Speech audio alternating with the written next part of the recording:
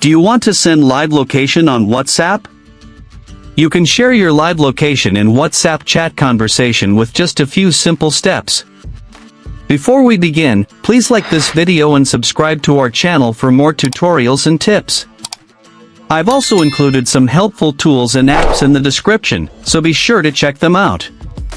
To send your live location on WhatsApp. First, open the WhatsApp application on your mobile device.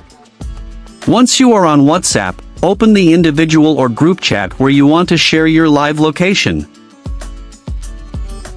Now, at the bottom of the chat conversation screen, tap the paperclip or plus icon located in the chat input box. A pop-up menu appears. From here, select Location. If prompted, grant WhatsApp access to your location. Ensure your device's GPS or location services are turned on. Now, tap Share Live Location and select how long you want to share your live location, like 15 minutes, 1 hour, or 8 hours. You can also type a message or comment to accompany your live location. Lastly, tap the Send button. You have successfully sent the live location updates in real time, so the recipient will see your movement for the duration you selected.